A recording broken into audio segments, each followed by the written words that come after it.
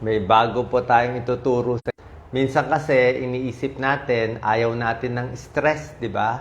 Pero hindi nyo alam, merong good stress at merong bad stress. Kadalasan ang alam lang natin yung mga bad stress, di ba? Marami nagsasabi, kahit mga sa overseas workers, stress na stress ako dito, ayoko na ng stress. Hindi rin maganda ang walang stress. So, paano natin gagawing good stress? O ano ba itong mga good stress kumpara sa bad stress? Okay? Bibigay tayo ng mga example. Ang mga klase ng good stress, nagbibigay sa'yo ng motivation, nagbibigay ng lakas, nagpapalakas to. At yung stress mo sandali lang, kaya mo labanan. Exciting pa nga ang good stress. Gumaganda performance mo. For example, nabigyan ka ng promotion sa trabaho o naging manager ka sa trabaho, stress yun, pero maganda yun. Nagpakasal o may bago kang trabaho, lumipat ka ng bahay, very stressful. Magkaroon ng anak, very stressful. Bagong negosyo, very stressful. Kahit nga yung pagbe-vacation, minsan stressful din yan. Okay? Nag-aaral. Okay? Meron kang bagong inaaral, stress din yan. Diba? Bagong exercise na ginagawa, meron kang gusto habulin, merong project ang senior.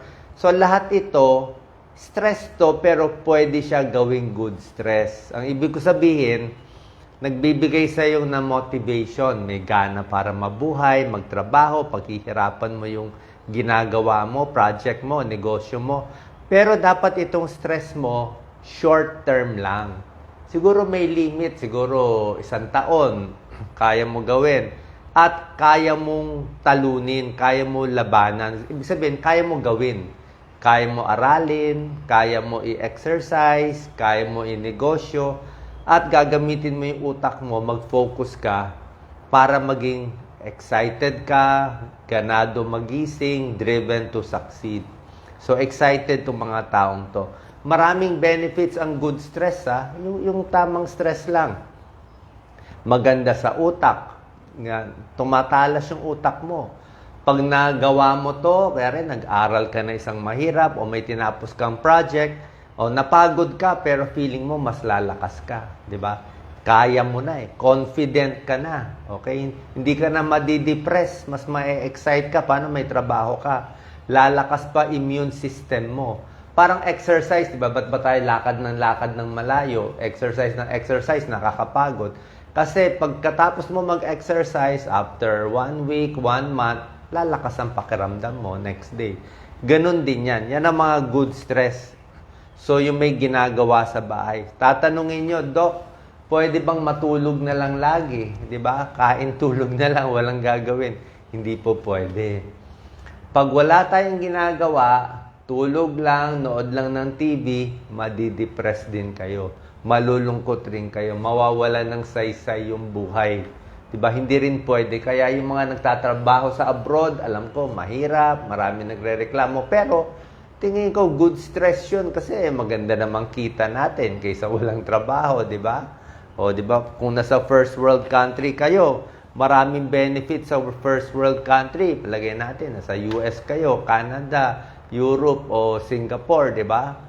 Maganda, marami kang makikita doon, marami kang mapupuntahan, di ba? So, gamitin mo yung mga opportunity mo for good stress. Okay? Ano naman yung kilala na natin na bad stress? Pero itong mga bad stress, aayusin natin Gagawin natin siyang good stress o babawasan natin bad stress. Ito naman ang mga bad stress. Nagkasakit, may medical problem, siyempre bad stress yun. May sakuna, may sakit sa pamilya, o meron, may pumanaw, nakamag-anak, yan, very stressful yan. Nag-away mag-asawa, maghihiwalay, stressful din yan. May away sa pamilya, personal relationship, kulang sa pera, very stressful din. Walang trabaho, yung anak natin may problema, stress din yan. Sa trabaho, maraming pinapagawa, job demands, stress din yan, di ba? So, ito pwede kasi maging bad stress yan, pero aayusin natin. Ano naman senyales nito, di ba? Nervyos ka, di ba? Tapos feeling mo, hindi mo kaya labanan itong mga stress mo, mahina na performance mo, na-overwhelm ka, isip mo, hindi ko na kaya to, malulubog na ako dito. Yung well-being mo, hindi na maganda. Okay? Kasi itong mga tinitingnan nating bad stress, hindi naman natin maiiwasan itong mga stress na to eh. Lahat naman magkakasakit. Meron naman talaga magkakasakit sa pamilya, di ba? Wala namang, siyempre, anak, lalaki yan, may sariling utak yan, marami, hihiwalay yan, di ba? Pag teenager, matigas talaga ulo, di ba? Parang kasali na yun sa buhay eh. Di ba? Talagang pag teenager, ang bata, turo yan ng psychologist. Talagang re-rebelde yan. Pag hindi nag-rebelde yung anak nyo, swerte. Pero usually, teenager, hihiwalay talaga yan sa magulang. Mga edad 15, 16, hihiwalay yan. Pero, oras na tumanda na sila, pag umabot na sila siguro ng 25 o 30 years old, o kung may asawa na sila, may anak na sila, babalik ulit sila dapat sa'yo. Magiging anak mo na sila ulit at age 30. Pero at age 16 hanggang 25, rebelde, galit sa'yo, ikaw lahat may kasalanan. Yan ang turo ng psychologist. Kayo na magsabi kung tama o mali. So, itong mga bad stress, dapat himayin natin. Paano siya ayusin? Unang-una, baka itong bad stress mo, sobra ka lang takot eh. Baka meron ka lang fear na mali. Takot ka magsalita, takot ka humarap sa tao. Itong mga bad stress, paulit-ulit sa utak, repetitive thought patterns. So, pag ulit ng ulit, kailangan makontrol mo lang. Pag may papasok na bad stress, di makinig ka ng music. O sarado mo muna yung computer, di ba? Kung igalaw-galawin mo na yung kamay, di ba? Lakad-lakad ka muna. Alis ka muna doon sa stressor mo. Kung stress ka sa trabaho sa computer, close mo muna, kinig ka muna music, lakad-lakad ka muna, tingin ka muna sa labas, di ba? Para mahinto lang yung nagpapastress sa'yo. Baka nagwo-worry ka ng future events. Kinakatakot, nako, medical test ko, delikado, mamatay na ba ako, matatanggal na ba ako. So, worry, wala naman tayong magagawa sa worry, di ba? Gawin mo lang yung kaya mong gawin, di ba? Malamang naman, di mangyayari yun. Tsaka kung merong negatibo mangyari, aayusin nga eh. Itong bad stress nga, tuturuan ko nga po kayo paano aayusin. Baka naman perfectionist ka. Gusto mo perfecto lahat. Lahat walang sakit, lahat mayaman. Imposible yun. Walang ganon. Lahat walang sakit sa katawan. Imposible yun. Kasi pagising mo sa umaga, may 8 parte pwede sumakit sa'yo. Ulo, leeg, likod, paa. Counted yan sa nagkakaedad. So, dapat realistic lang tayo. Okay? Meron ka rin baka behavior na nagpapastress sa'yo. Baka sobra kang schedule. O yes man ka o yes woman. Lahat ng paggawa sa'yo, yes, yes, yes. Hindi mo naman kaya. Hindi ka marunong magsalita ng hindi ka marunong tumanggi. Baka masyado kang passive, di ba? Masyadong matatakotin, sunod-sunod lang. Kaya lalo sumasama yung loob mo. Hindi ka assertive. Ayaw natin yung aggressive. Ayaw natin yung passive. Aggressive, sobra tapang. Passive, sobrang duwag. Assertive, tama lang. Kung ano ang pwede sa'yo, dun lang. Pag pinapagod ka na, oras mo na, sabi mo, hindi ko na kaya, ito lang kaya ko. Okay, baka kulang lakay sa plano. Kaya nai-stress, baka sinusunod-sunod mo. Ako kasi kung may gagawin ako, maaga ako. 1 year before, nakaplano na ako eh. Nag-uumpisa na ako, nakaplano na. May ready plan na. Hindi yung biglang pasok, yun na yun, di po. So, ano senyales pag nitong mga bad stress, naturo ko na to sa inyo, tumitigas ang muscle, pinapawisan ng malagkit, mabilis heartbeat, minsan blood pressure tumataas. Makita mo yung stress na tao, kahit manonood ka sa video nila, mabilis ang hinga. Mihingal sila, ganyan, kita mo. Yan, makikita mo ganyan sila pag stress sila. Immune system, humihina, hindi makatulog, usually mas kunot ng noo. So, itong mga bad stress, pwede gawing good stress. Hahanapan mo ng paraan. Marami yan eh. Lahat naman may positive eh. Merong may malalang sakit sa pamilya o merong namatay na close. Minsan, pag may namamatay, ang nakikita ko, based on experience, nag-aayos yung pamilya. Yung mga mortal enemy na magkaaway, pwede magbati. Minsan, doon nabubuo yung magandang negosyo. Like ako, kinakwento ng nanay ko dati. Kasi nung si Doc Willie ay 3 months old. 3 months lang old ako. Nahulog ako ng nanay ko. Nahulog siya. Nabali yung itong binti ko. Na fracture talaga to 3 months Paano unsteady yung nanay ko. So, nabali yung pa ako. So, 3 months old, iyak ako nang iyak, nakakast pa ako. Pero dahil doon sa injury ko, nakaisip sila ng negosyo.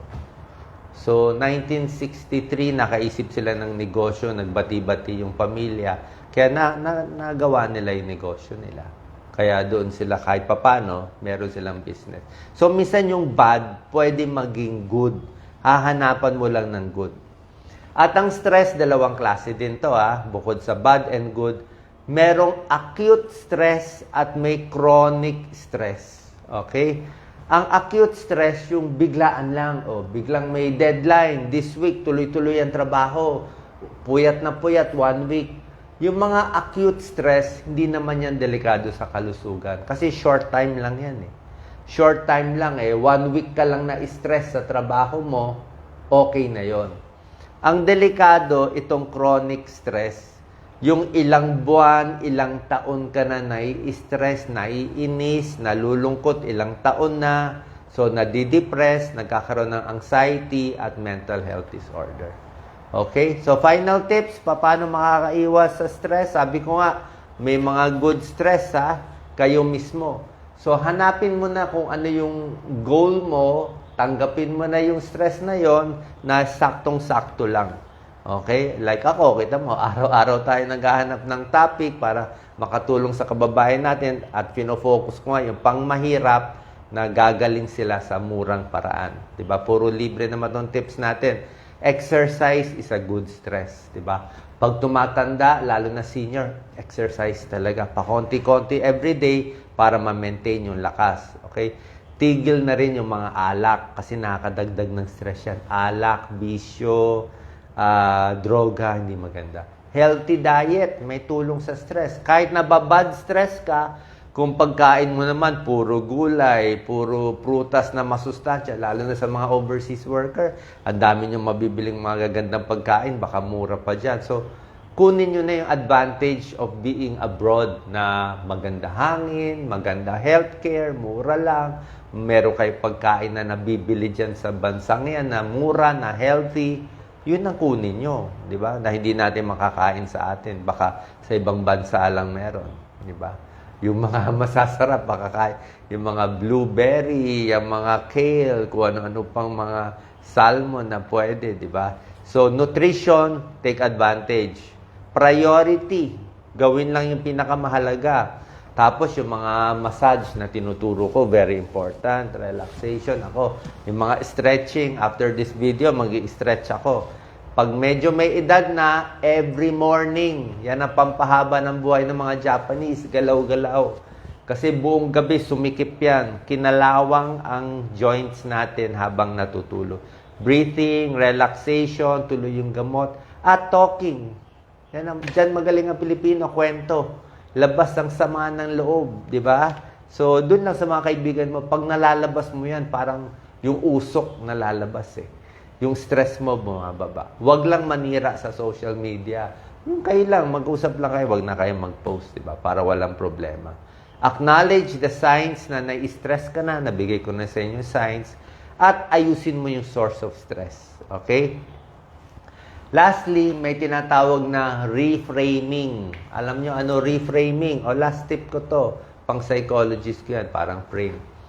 Pag finrame mo yung sarili mo na ako ay mahirap, hiwalay, may problema anak ko, maalas ako, ay malulungkot ka. Diba? Kasi na-frame mo sarili mo na ganyan Pero kung ilipat mo yung frame mo, isipin mo, at least healthy ako, at least may trabaho ako, hindi naman ako nakakulong, wala naman akong kaaway, di ba?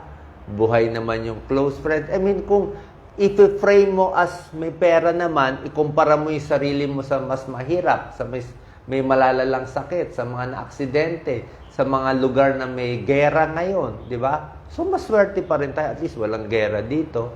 Kasi pag may gera, talagang kita mo sila, walang pagkain, talagang nagkakamatayan eh. So, depende sa frame. Pag finrame mo yung sarili mo, kinumpara mo doon sa mga war-torn countries na mahihirap, okay tayo. Paradise tayo. Diba? Another day in paradise nga, sabi sa kanta. Pero kung frame mo yung sarili mo na lugi ako, negative ako, malulungkot ka. So, nasa pananaw yan, nasa inyo yan, para maging, kaya itong mga bad stress, gagawin nating good stress. At kailangan mo yung mga trabaho mo, huwag ka na magreklamo na bad stress ka kasi kailangan mo yan eh. Yang bad stress magpapalakas sa'yo. Yan ang challenge eh. Kailangan may challenge sa buhay para at least mas naka-optimum level of energy. Salamat po. Share po natin ang good stress.